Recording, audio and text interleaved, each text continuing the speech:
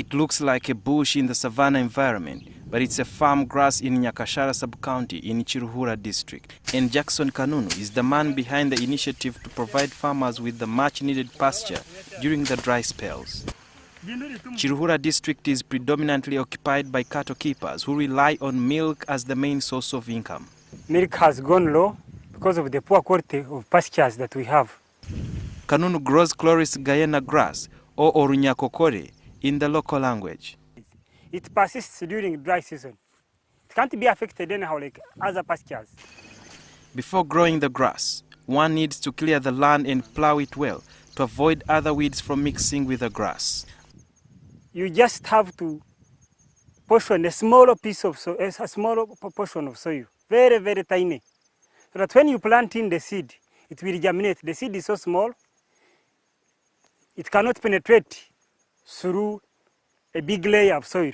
After preparing the garden, the seeds for the grass are planted in rows, making it easy for the caretaker not only to walk through it, but also makes weeding easier.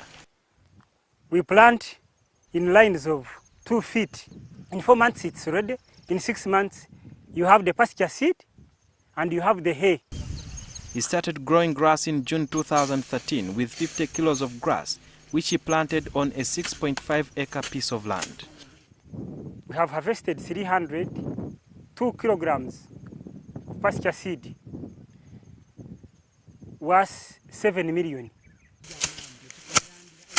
His first harvest got him 218 kilograms of seed from just 50 kilos. A kilo of seed goes for 25,000 shillings. Stored hay can stay for more than 2 years when it has all the nutritive quality.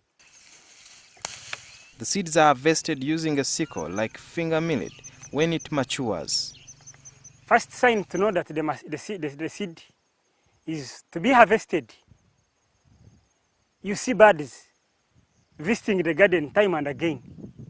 You cut the seed, you put it under shade, or you can put a person down, you press the seed there after harvesting it. Within a week or 2, the real seed will fall from the sticks. According to Kanuunu, after cutting the grass carefully and leaving some short stems above the ground, they normally regenerate within a month if there is enough rain. And that alone improves the root system, and after regenerating, he will harvest more pasture and at the same time the seeds.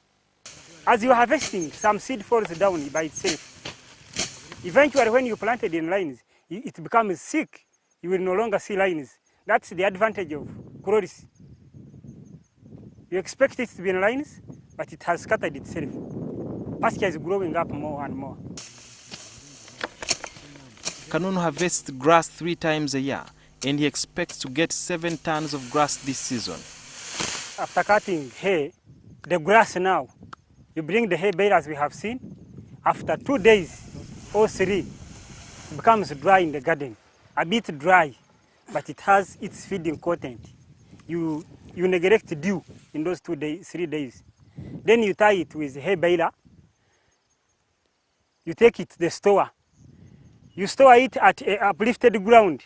A kilo of either hay or fresh grass costs 300 shillings.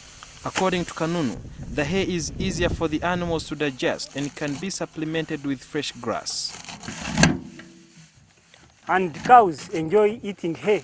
They can even leave paddocks during the day, and they come to eat hay in the troughs. Milk increases because of supplementing cows with pastures. Although the business is thriving, Kanuunu says he faces some challenges. We don't have a bigger store now. Ours is small. We squeeze. But Kanuunu is ready to wager his profits and energy to plow more. The returns from him continue to be good, and farmers turn to him as a reliable source of fodder. Sudil Biarhanga, NTV.